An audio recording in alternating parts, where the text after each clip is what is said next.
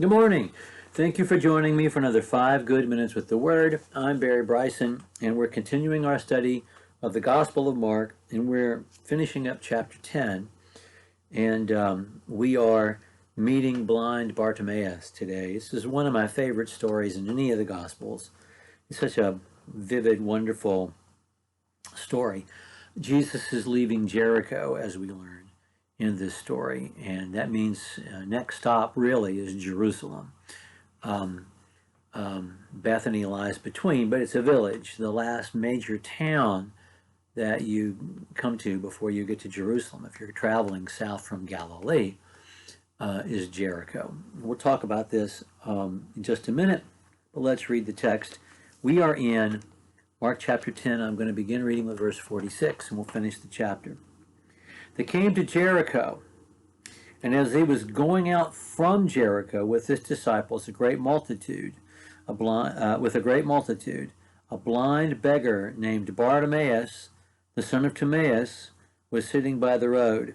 And when he heard that it was Jesus of Nazareth, he began to cry out, saying, "Jesus, Son of David, have mercy on me." And many were sternly telling him, "Be quiet." But he began crying out all the more, "Son of David, have mercy on me." And Jesus stopped and said, "Call him here." They called the blind man, saying to him, "Take courage, he's calling for you." And casting aside his cloak, he jumped up and came to Jesus. And answering him, Jesus said, "What do you want me to do for you?" And the blind man said to him, "My teacher, I want to regain my sight."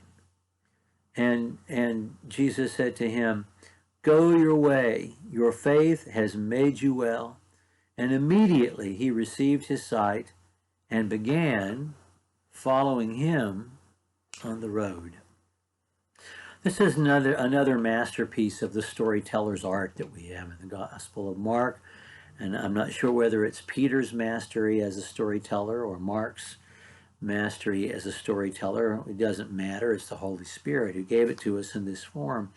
But it is this gem of a story, and it's got such a wonderful ending. I always love when you read a book or a story and the last paragraph, the last line, maybe even the last word reinterprets everything that you've read so far and just changes the whole story. And we have that in the Gospel of Mark on multiple occasions.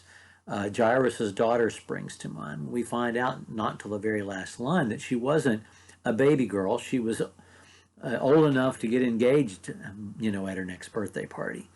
And that changes everything that we know about the story. And we have something sort of like that today. It's not a surprise. It's just sweet the way it ends. Okay, Jesus is coming out of Jericho.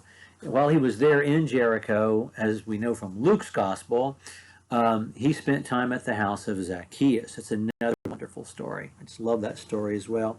Jericho, one of the oldest cities on earth ever, it was destroyed quite famously by by the Lord, in the view of Joshua and the children of Israel after they jumped up and down and blew their horns and marched around that city for 7 days. But it was eventually rebuilt.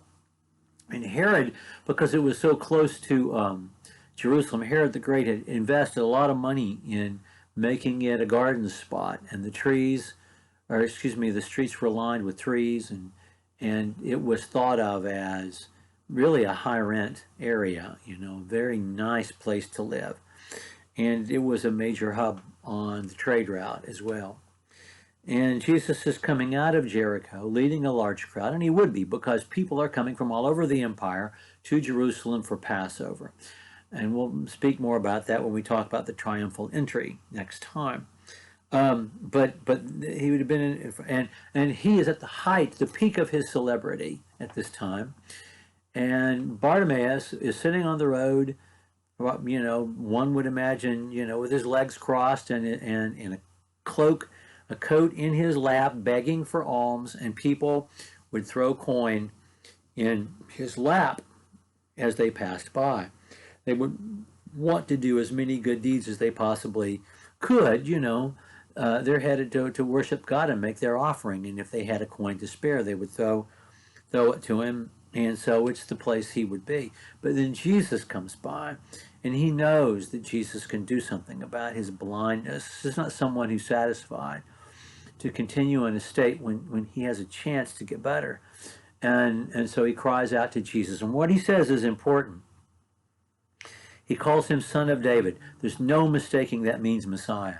Son of David. Jesus always calls himself the Son of Man. But calling him the Son of David means he's the Messiah. Everyone knows that. You might as well just have called him the Messiah to call him the Son of David. And then he asks for mercy. And he keeps calling. And they try to hush him because Jesus is an important person. But he keeps calling out even louder, Son of David, have mercy on me. And so Jesus calls him. And Jesus says, what do you want me to do? That seems like a kind of a clueless question, doesn't it? But it allows Bartimaeus to say it himself, and he does, and he says, "I want to regain my sight," and he calls him my teacher. Yeah, I love that. I mean, it's a phrase of affection, a phrase of connection. It's more than just teacher. And I just love that. And I don't know if the first listeners would have understood that Aramaic word, because clearly they're not Aramaic, because Bartimaeus is a name that means son of Timaeus, and yet it has to be explained to their readers and listeners. So these are not Aramaic speakers, but you and I know what it means. And Jesus says, go your way, your faith has made you well. And then here's the beautiful part. Go your way. Go your way. Wherever you want to go. You can see now. Go wherever you want to go. And immediately he received his sight. And where did he go? He began following him. He is Bartimaeus is there for the triumphal entry into Jerusalem.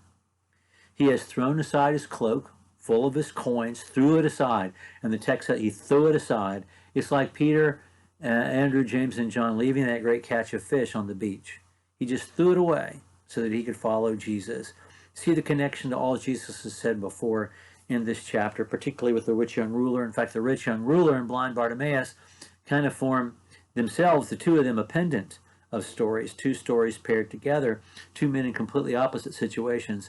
One of them who is prepared to give his whole heart to Jesus as his disciple, and one who is not. Anyway, well, next time we're together, the triumphal entry in chapter 11. Thanks for joining me. We'll see you next time.